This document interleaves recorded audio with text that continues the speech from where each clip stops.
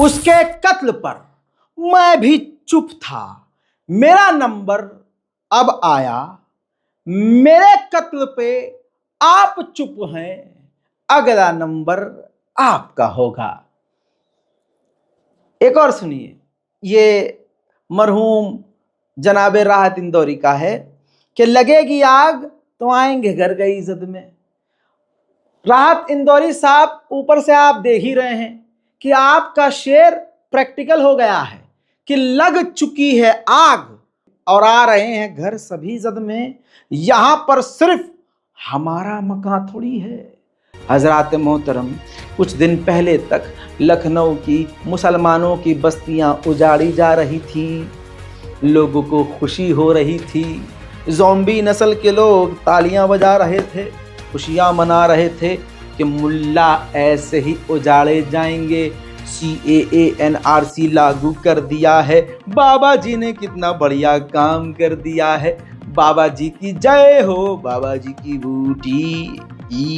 मजा आ रहा था लोगों को, अलग ही स्वैग चल रहा था। मुसलमान को रोता हुआ, मुस्लिम औरतों को रोता हुआ, उनके मकानों को टूटते हुए देखकर कुछ बहुसंख्यक समाज के लोग खुश हो रहे थे। बहुत बढ़िया, इनको तो पाकिस्तान भेज देना चाहिए। ये मुगल के वंशक, इनकी माँ का था कि ना का।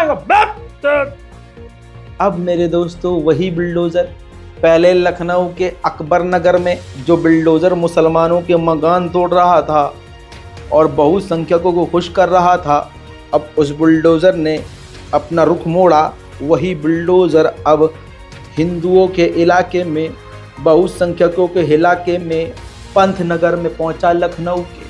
और तो और फिर हिंदू भाइयों के मकानों को तोड़ने की कार्रवाई शुरू कर दी गई।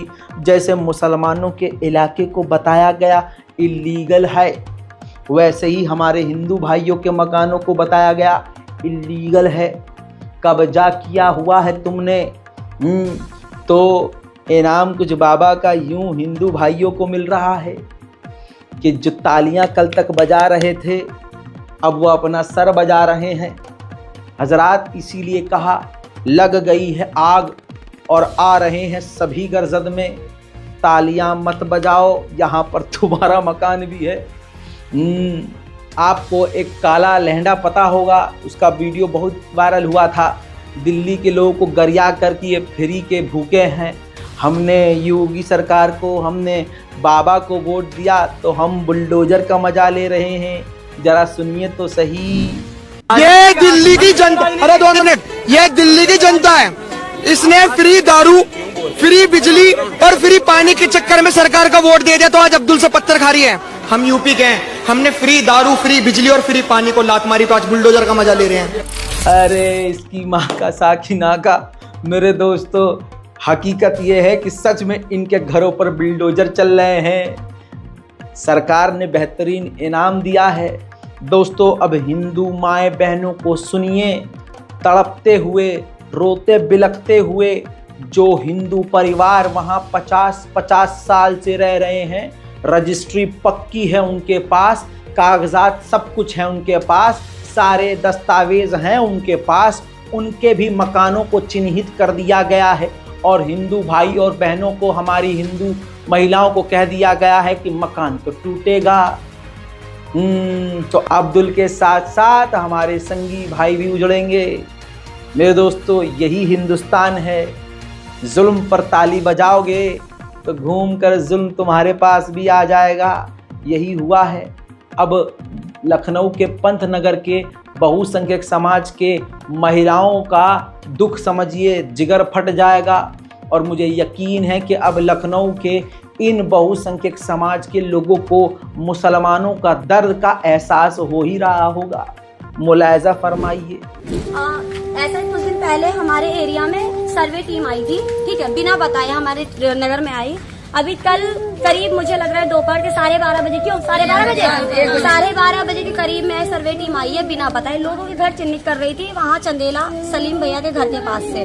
ठीक है, जब वहाँ के लोगों ने निकल के पूछना चाहा कि आप क्यों घरों को चिन्हित किया जा रहा, क्यों कर रहे चिन्हित, तो उन्होंने किसी को कुछ भी नहीं बताया है और वो निशान लगाते हैं कि इतने एरिया के अंदर के दायरे के मकान तोड़े जाएंगे क्योंकि अवैध बस्तियां हैं यहाँ पे। जबकि यहाँ पे जितने भी महिला सदस्य हमारी खड़ी हैं, सबके पास रजिस्ट्री है, सबके पास दाखिल खारिज है। ठीक है, 30 साल पुराना, 30 साल 35 साल पुराना रिकॉर्ड है हम लोगों के पास। और उसके बाद हम लोग मेरे पास 25-30 साल पुराना बोल रहे हैं। कल बात दूसरी हो गया, हम लोग प्रूफ लेके हम लोग अवेद नहीं है, एक हफ्ता हो गया, कल से पेपर में न्यूज में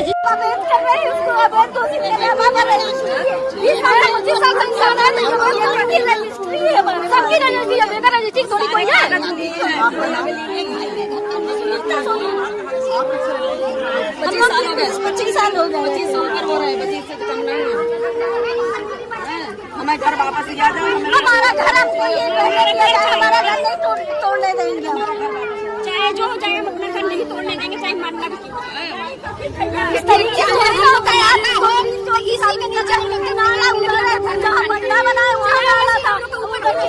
बीजेपी सन 85 में खड़ा हुई थी, तब मैं 12 साल का था और तब 1 रुपए की रसीद काटता था बीजेपी की। तब से मैं कार्यकर्ता हूँ बीजेपी का और तभी से मैं बीजेपी को सपोर्ट करता हूँ। आज बीजेपी ने हमको इनाम क्या दिया है, आज मैं 52 साल के हो गया हूँ। ठीक है, तो सरकार सारे विधायक बीजेपी के, सभासद बीजेपी के, मेयर बीजेपी के, सारे नेता बीजेपी के, उनको तब नहीं पता था कि ये कॉलोनी अवैध है या गिरेगी है? तो इन्होंने पहले क्या काम किया, सबको बढ़ावा दिया वोट और सीट के लिए।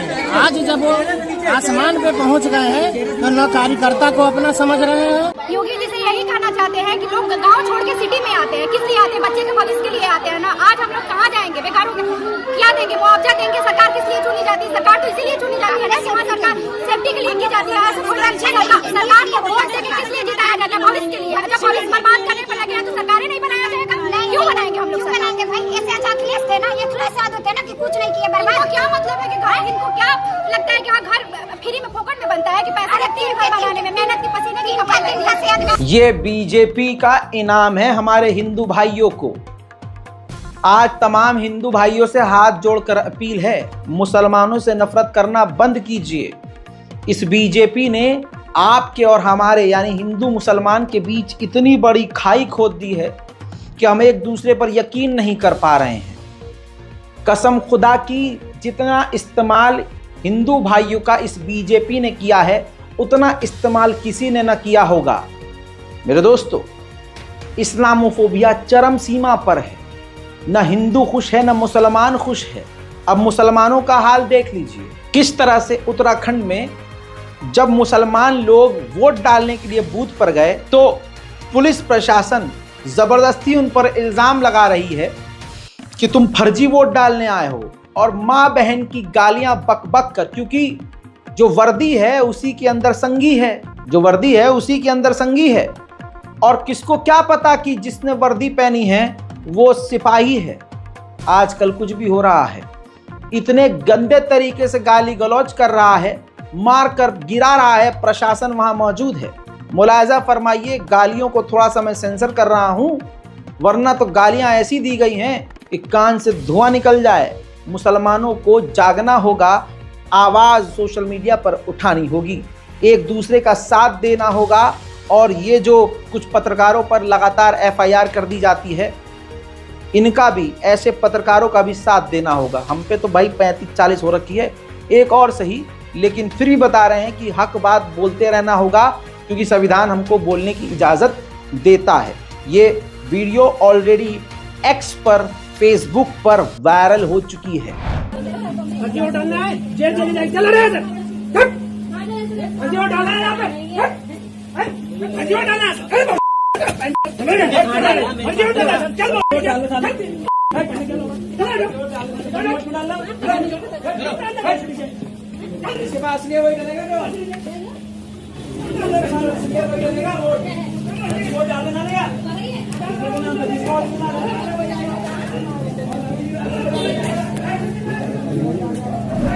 ये तो पुलिस हरकत कर रही है। उधर दूसरी तरफ ये भी देखा गया, रिकॉर्ड मौजूद है, आपकी स्क्रीन पर देख लीजिए। मुंह बांध कर भाजपा के गुंडे थे। ये कौन है जिनको बुलवाया गया और एक तरफ से पुलिस मुसलमानों को पीट रही थी और बूथ से भगा रही थी, दूसरी तरफ मुसलमानों को ये नकाबपोश, ये मुंह पर कपड़ा बांधे आतंकवादी पीट रहे थे। ये उस इलाके के नहीं थे, मुंह पर कपड़ा बांधे मुसलमान बुजुर्गों को मार पीट रहे थे। किसको आखिर डर है कि जैसे 400 पार नहीं हुआ ये भी पार नहीं हो पाएगा? ऐसी कौन सी पार्टी है जिसको डर है कि राहुल गांधी फिर से संसद में हमारा नाड़ा खींच देगा? जवाब आपके दिमाग को पता है, कमेंट सेक्शन खुला है। अच्छा सोचिए, शासन प्रशासन किस तरह से एक खास पार्टी को जिताने में लगा है। मुसलमानों को मारो, मार पीट कर भगाओ, उनको जेल में डाल दो, खून खून कर दो, मुंह से खून खून निकल जाए ऐसा मुल्लों को मारो। और फिर हुआ ये कि वोटिंग का टाइम सुबह 7 से शाम 6 बजे तक, यानी शाम 6 बजे तक के लिए बूथ खुला होता है। लेकिन ये तस्वीर देख लीजिए, उत्तराखंड के मैंगलोर के उसी इलाके में बूथ नंबर 1, 2, 3, 4, 5 के गेट को शाम 4 बजे ही बंद कर दिया प्रशासन ने। क्यों बंद कर दिया? क्योंकि वहां पर मुस्लिम समुदाय के लोग, वोटर्स जा रहे थे वोट डालने के लिए। ये वीडियो सबूत है लोकतंत्र की गर्दन पर पैर रखकर कोई खड़ा हो गया है जिसको डर है कि 400 पार नहीं हो पाया और राहुल गांधी और मजबूत ना हो जाए, विपक्ष और मजबूत ना हो जाए और हमको नंगा ना होना पड़े। वहीं अब आइए असल ग्राउंड की बात करते हैं कि मोदी ने, इस बीजेपी ने युवाओं को क्या दिया है, इतनी नफरत क्यों फैल रही है? आदमी बेरोजगार है, गुस्सा है, उसका गुस्सा बहुसंख्यक समाज मुसलमानों पर निकालता है, एक दूसरे पर निकालता है, चिड़चिड़ापन होता है, अपने घर में भी निकालता है। गुजरात के होटल के अंदर, भरूच के अंदर 10 वैकेंसी निकली, कोई सरकारी वरकारी नौकरी नहीं, होटल। अब वहां पर बेरोजगारों की इतनी भीड़ पहुंच गई, इतनी भीड़ पहुंच गई, अजी इतनी भीड़ पहुंच गई कि भाई साहब जो होटल की जो बाउंड्री थी वो तक टूट गई। ये गुजरात मॉडल है और ये मॉडल प्रधानमंत्री मोदी जी पूरे भारत पर थोपना चाहते हैं और लगभग यही हाल पूरे भारत का है। मुलायजा फरमाइए गुजरात मॉडल।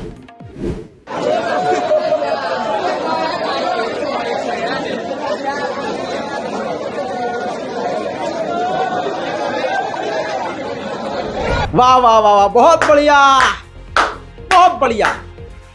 महाराष्ट्र के समृद्धि हाईवे जो कि 701 किलोमीटर का बनाया गया है, जिसके लिए सरकार ने अंधा पैसा खर्च किया और जिसको कहा जाता है कि ये प्रोजेक्ट शिंदे सरकार का ड्रीम प्रोजेक्ट था। कुछ वक्त पहले ये हाईवे लॉन्च हुआ है, 701 किलोमीटर लंबा, और कुछ ही दिन बाद उसके अंदर एक बड़ी दरार आ गई है। मोदी सरकार।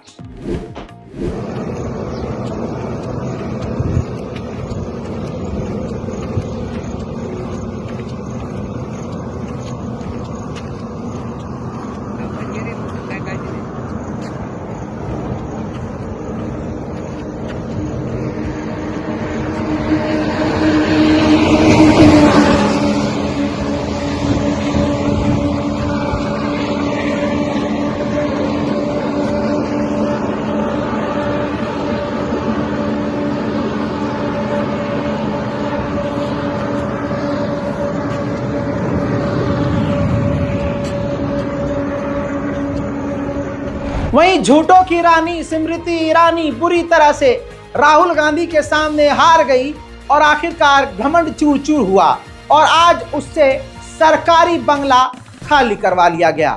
हे प्रभु, हे प्रभु, हे हरि राम कृष्ण जगन्नाथ प्रेमानंद, ये क्या हुआ? गलाव में पानी आ गया। वहीं पतंजलि का जो फर्जी बाबा है, शलवारबाज बाबा, उसका भी कई सारे प्रोडक्ट्स का लाइसेंस रद्द हो गया है। पोस्टर आपके सामने लगा रहा हूं, शेयर कर दीजिएगा ताकि जो बहुसंख्यक समाज सारा दिन इनके प्रोडक्ट्स से गाय पखाना सब खाता रहता है, जो इनके प्रोडक्ट में मिला रहता है, इनके तमाम इन प्रोडक्ट्स का लाइसेंस रद्द हुआ है।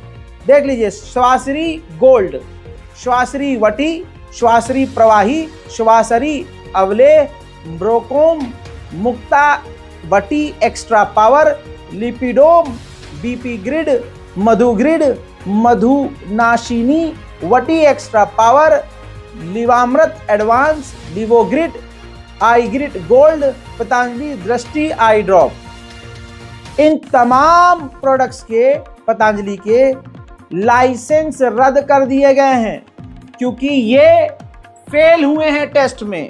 और यही बाबा जैसे मोदी जी के लिए वोट मांग रहा था, पूरी तरह से ये झूठा साबित हो रहा है। और जिसके लिए वोट मांगा उसने भी कौन सा 15 लाख तुमको दे दिए। वहीं मोदी जी का डर देखिए, इस बीजेपी का खौफ देखिए कि महबूबा मुफ्ती की बेटी के फोन को इजरायली जासूसी प्रोडक्ट स्पाईवेयर पेगासस के जरिए हैक कर लिया गया। आज तक की रिपोर्ट आपके सामने है, लेकिन आपको बता दूं कि मामला यह है कि उन्होंने स्क्रीनशॉट शेयर किया जिसमें उनके एप्पल फोन के द्वारा ही अलर्ट भेजा गया और कहा गया कि एप्पल ने ये पड़ताल करी है, डिटेक्ट किया है कि आपके फोन को थर्ड पार्टी के जरिए ट्रेस किया जा रहा है, जिसके बाद आपकी प्राइवेसी को पूरी तरह से खतरा है, आप पर नजर रखी जा रही है। और तो और पेगासस ग्रुप खरीदा इसलिए गया है ताकि आप पर नजर रखी जा सके। एप्पल आपको ये नोटिफिकेशन जारी कर रहा है। मेरे दोस्तों, ये स्क्रीनशॉट उन्होंने खुद दिया है जो उनके एप्पल यानी आईफोन पर एप्पल ने नोटिस भेजा है। तो ये मोदी सरकार का डर है। आखिर क्यों इस तरह की जासूसी करनी पड़ रही है? सोचने वाली बात यह है कि पेगासस को ना आप खरीद सकते हैं ना हम खरीद सकते हैं। पेगासस दुनिया का सबसे खतरनाक जासूसी स्पाईवेयर है, उसको गवर्नमेंट ही खरीदती है। दुनिया भर के बड़े बड़े देशों ने खरीदा है और उसका इस्तेमाल दुनिया भर के बड़े बड़े नेताओं पर किया है। फोन में स्पाईवेयर आप और हम तो डाल नहीं सकते, वो भी इजराइल से खरीद कर। तो जाहिर सी बात है, जिसकी इजराइल तक पहुंच होगी, जिसकी पावर होगी, वही पहुंच सकता है ना। आइए अब मेन मुद्दे पर आते हैं, जो मेरा सबसे मेन टॉपिक होता है, जिसे मैं अपनी जिम्मेदारी समझता हूं, हर रोज भौंकता हूं, लेकिन लोगों को समझ में नहीं आती। लड़कियां पूरी तरह से पता नहीं मुस्लिम कौम की लड़कियों को क्या हो गया है, उनको पेशाब पीने की आदत है, गू खाने की आदत है, कुछ नहीं पता। अपने घर में हिजाब करेंगी, माँ बाप की वफादार बन के रहेंगी, बाहर जाते ही गैर मुस्लिमों का पेशाब पी लेंगी। इनको मुसलमान लड़के पसंद नहीं आते। आपकी बेटी कॉलेज जाती होगी, आपकी पोती, नवासी, नतनी, जो भी, अरे घर खानदान में लड़कियां होंगी तो ये खबर आपके लिए। अगर आपकी लड़की ये वीडियो देख रही है, जो इस टाइम बहुत शरीफ बन रही है कि मैं ऐसी नहीं हूं, उसको भी गर्दन पकड़ कर दिखाएगी, देख बेटा देख, 1% भी तूने ये गलती करी तो देख क्या होता है अंजाम। मेरे दोस्तों, इंदौर में एक बहुत ही प्यारी बच्ची जो कि बी फार्मा की स्टूडेंट थी, उसका हिंदू लड़के ने, जो उसका कॉलेज का दोस्त था, बॉयफ्रेंड था, कत्ल कर दिया। मारकर किराए की कार में डालकर पास के जंगल में उस मुस्लिम युवती को फेंक दिया। और तो और पहले गला घोटा, फिर चाकू से गोद दिया और जंगल में फेंक दिया। जिसके बाद जंगल में पड़ी हुई सारा सैयद की लाश को कुत्ते खा गए। पुलिस को अब सिर्फ सारा सैयद की हड्डियां और कुछ कपड़े मिले हैं, जिससे उनकी पहचान हुई है। 2.5 महीने से लापता थी बी फार्मा की सारा अली। लाश की हड्डियों के टुकड़े मिले, जिससे पता चला कि ये सारा है। पुलिस के पास लड़की के माँ बाप चक्कर लगाते रहे कि हमारी बेटी को तलाशो, लेकिन पुलिस टाल मटोल करती रही क्योंकि मुसलमान है। और लव जिहाद तो सरकारी तौर से चल रहा है, आप समझ रहे हैं ना। जब सारा अली के वालिद साहब ने हाईकोर्ट में पिटीशन डाली, तब पुलिस हरकत में आई। तब जाकर जब पूछताछ करनी शुरू करी, इन्वेस्टिगेशन करनी शुरू करी, तो पता चला कि सारा अली को भगवा लव ट्रैप में फंसाया गया था। जिसके बाद बुधवार को पुलिस ने सारा के साथ पढ़ने वाले गौरव सरकार को हिरासत में लिया, तो उसने एक्सेप्ट किया कि प्रोफेसर की बेटी सिंघा के साथ मिलकर उसने सारा का कत्ल किया है, क्योंकि उसकी गर्लफ्रेंड सिंघा भी थी और सारा भी थी। मजे वो सारा के साथ इसलिए ले रहा था दोस्तों, क्योंकि सिखाया जा रहा है हिंदू लड़कों को कि मुसलमान लड़कियों को सिर्फ सेक्स के लिए इस्तेमाल करो, और शादी भी करनी है तो करो, नहीं करनी तो मत करो। दोस्तों, तमाम सबूत आपके सामने है, अखबार में छप चुका है। अब आपको मैं सिर्फ इसलिए बता रहा हूं कि वो गौरव तो गिरफ्तार हो चुका है, और ये भी क्लियर हो चुका है कि उसकी एक प्रोफेसर की जो हिंदू बेटी थी उसके साथ उसका चक्कर चल रहा था, और उन दोनों लड़कियों को पता चल गया था कि हम दोनों का बॉयफ्रेंड एक ही है। इस वजह से क्लैश चल रहा था, जिसके बाद उसने सारा को छोड़कर सिंघा को चुना और सिंघा के साथ मिलकर सारा का कत्ल कर दिया। प्यार अंधा होता है, ये होता है, बकचोदी हैं सब, सिर्फ बकचोदियां हैं ये।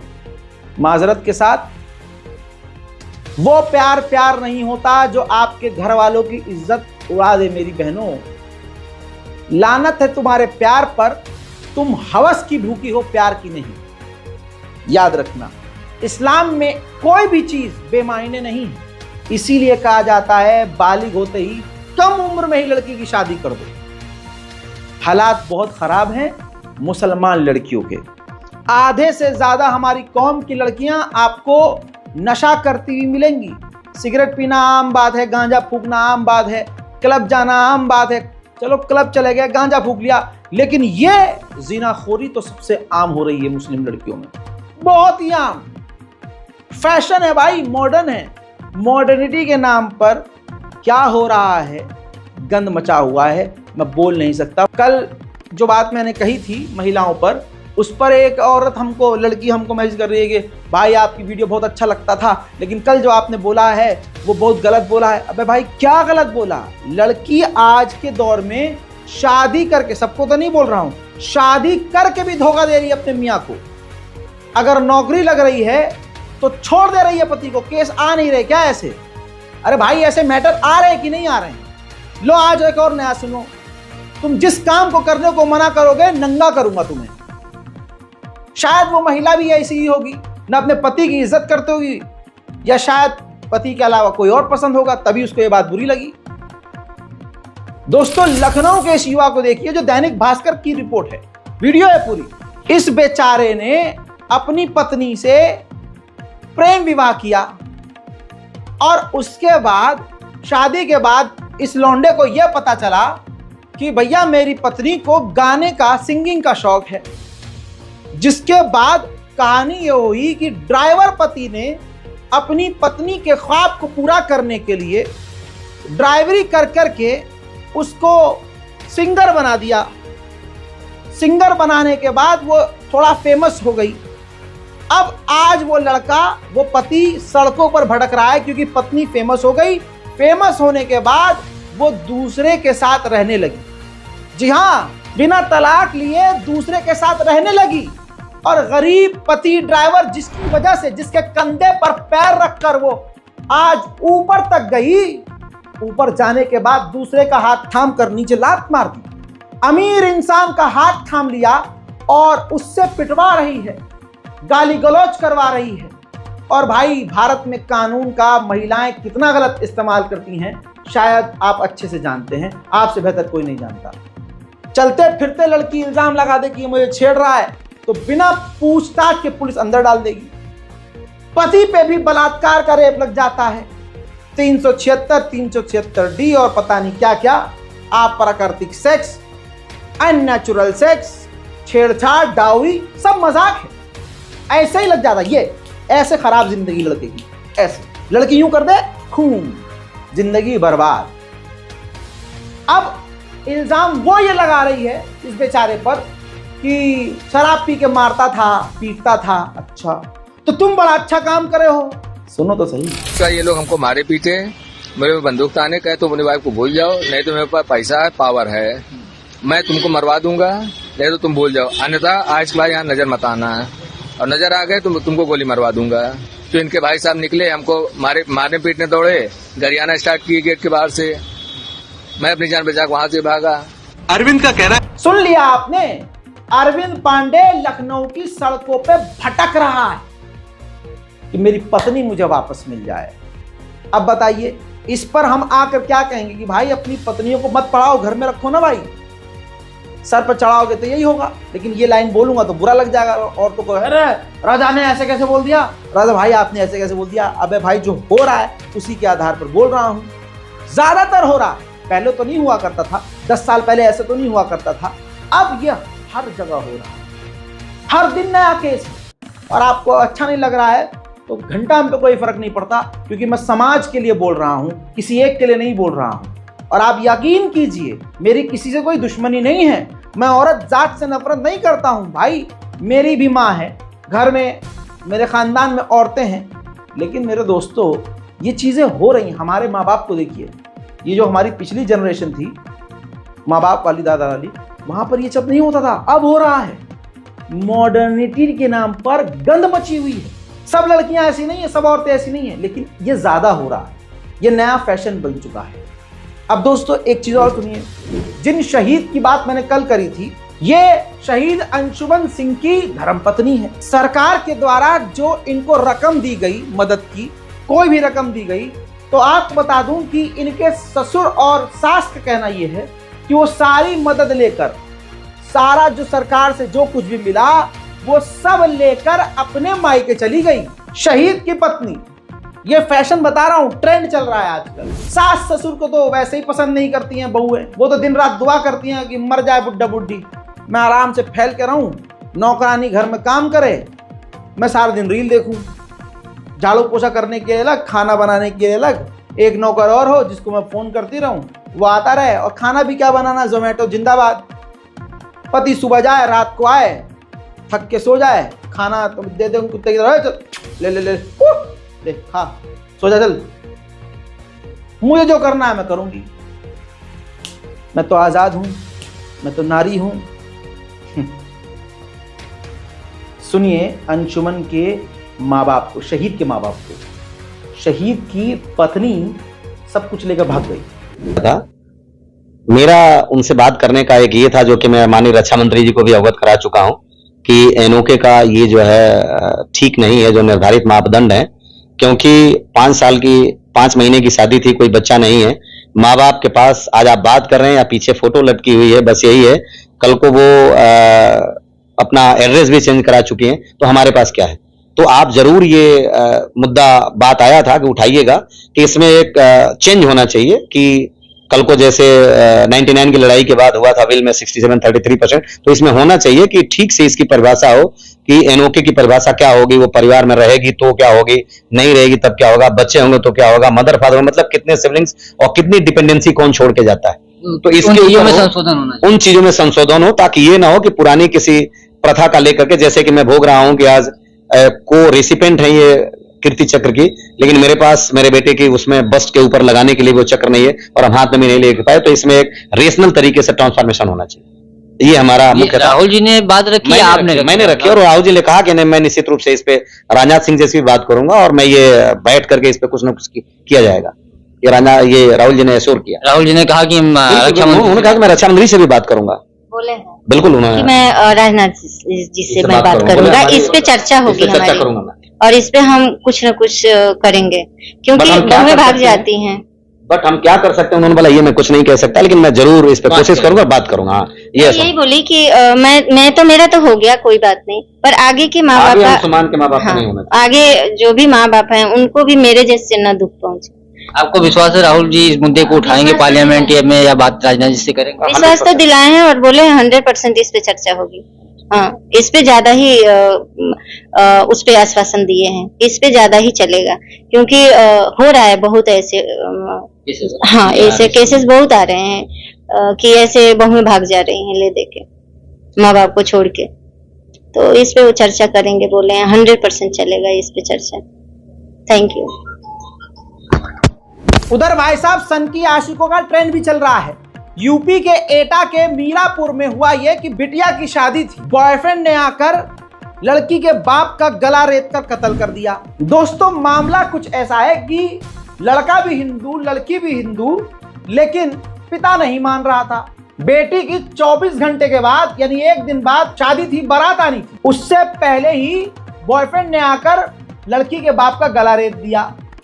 आंगन में सोते समय गला काटकर हत्या कर दी। माया प्रकाश की बेटी की 12 जुलाई को बारात आनी थी।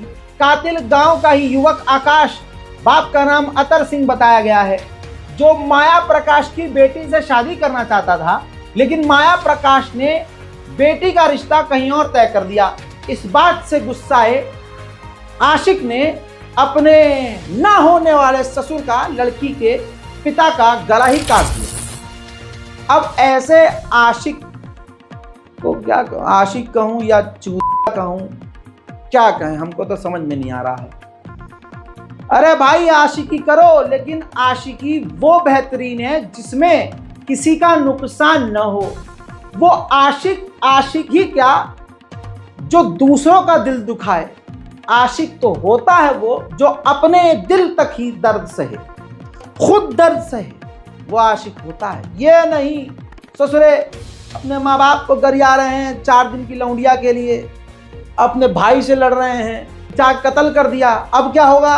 अब जो आशिक बखलंड बने घूम रहे थे, अब आशिक का क्या होगा? आशिकी का निकल गया जनाजा, जेल में चक्की पीसो। हर चीज लिमिट में अच्छी लगे। क्या कहूँ, आशिकों का तो जनाजा ही निकल जाए भाई साहब। आशिकी लिमिट में करो। अब यूपी के अमरोहा का मामला सुनो। यूपी के अमरोहा में बारात आई, खाना वाना खा लिया, 7 फेरे होने वाले थे। पंडित जी अग्नि जला के बैठे थे, दूल्हा दुल्हन साथ बैठे थे, मंत्र वंत्र चल रहे थे। दूल्हे के नंबर पर कॉल आई। कॉल उठाते ही कॉलर ने बोला कि कमल सिंह बोल रहा हूं, जिस लड़की से तुम शादी कर रहे हो वो मेरी गर्लफ्रेंड है। दूल्हे ने कहा अच्छा सबूत दो।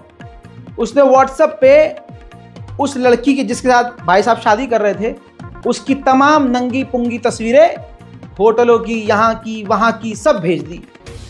जिसके बाद जो है दूल्हे ने तुरंत उस शादी को रद्द कर दिया, बारात वापस लौट गई। अब एफआईआर हुई है कॉलर पर, कमल सिंह पर। अब इससे फायदा क्या हुआ? लड़की पूरी तरह से इलाके में बदनाम हो गई, माँ बाप की नजरों में गिर गई। शादी वैसे भी अब कमल से होगी नहीं। एफआईआर 10 तरह की उस पर हो गई है, बॉयफ्रेंड पर, और लड़की की जिंदगी तबाह करके मिला क्या? अब ये अपने में सवाल है कि आखिर लड़की अपने बॉयफ्रेंड को छोड़कर दूसरे भाई साहब से शादी क्यों कर रही थी? जब बात हिंदू की है, एक ही धर्म था तो शादी कर लेनी चाहिए थी। कई तरह के सवाल हैं, लेकिन क्योंकि मेरी कोशिश है कि समाज से गंदगी खत्म की जाए और अपने लोगों को, अपने साथियों को, अपने हम उम्र के लोगों को समझाया जाए, तो मैं इतना ही कहूँगा लड़कियों से कि आप मैच्योर हैं, समझदार हैं। अगर आप किसी के साथ आपत्तिजनक गलत काम कर भी रही हैं, आपके अतरंग पल हैं, कहीं आप रोमांटिक जगह पर हैं, आप कोई सेंसिटिव जगह पर हैं और अलग जगह है, आप होटल में हैं या अपने बॉयफ्रेंड के साथ प्राइवेट टाइम गुजार रही हैं, तो ये चुतियापा करने की क्या ज़रूरत है कि वो आपके साथ फिजिकल होता हुआ वीडियो बना रहा है, आप बनवाने दे रही हैं। भाई इस तरह की चीज़ें रिकॉर्ड करने ही क्यों दे रहे हो आप? अपने न्यूड्स, अपनी गंदी फोटोज भेज क्यों रहे हो किसी को? आज उसने ये कांड कर दिया, हो सकता है आपके फ़ोन से लीक हो जाती कहीं भी। हैकिंग सिस्टम में भाई मलवेयर से कोई भी हैक हो जाता है, किसी भी तरह से हैक हो जाए, फिर क्या होगा? अपनी इज्जत के साथ खिलवाड़ मत कीजिए। अब और पीछे आते हैं। अब लोग कहेंगे रजा भाई जिना करना ही क्यों? अरे भाई इतनी सारी गंद मची हुई है, मैं कुछ तो कम करूं। अब आइए और पीछे चलते हैं कि भाई पहली बात तो ऐसा है, जिससे प्यार था आप उससे शादी कर लेती, जिससे प्यार था उससे शादी कर लेती। और अगर दिमाग में था कि नहीं होगा या नहीं होगी, तो भाई ये सब चीज़ें करने से, यानी फोटो वीडियो देने से थोड़ा सा इन सब चीज़ों से बचिए, क्योंकि यही वो हथियार है जो आपकी ज़िंदगी तबाह कर देगा। हजरात, यही कहूँगा इस वीडियो के ज़रिए कि खासकर लड़कियों से, चाहे हिंदू हो मुसलमान हो, देखिए हर चीज़ लिमिट में अच्छी लगती है, प्यार, मोहब्बत, आशिकी, लेकिन माँ बाप की इज्जत से कुछ नहीं ऊपर होना चाहिए। लड़कों से कहूंगा कि अगर आपको लव मैरिज करनी है तो लव मैरिज करने की पहले अपनी औकात बनाओ, घर में तुम्हारी वैल्यू हो, कमाओ, अपना करियर बनाओ, उसके बाद हक से कहो कि मुझे इस लड़की से शादी करनी है। और लड़कियों से अपील यह है कि, और ये जो फोटो वीडियो वाली गलती है ये आप कभी ना करें। चाहे पता हो कि हमारा रिश्ता हो चुका है इस लड़के से और मंगनी भी हो चुकी है, इलेक्ट्रॉनिक मीडिया के जरिए अपनी जिंदगी को खतरे में मत डालो, प्लीज मत डालो। इस रिपोर्ट को शेयर कीजिए, दुआओं में याद रखिए और ये मत सोचिएगा कि मैं किसी महिला या किसी जात के खिलाफ हूं।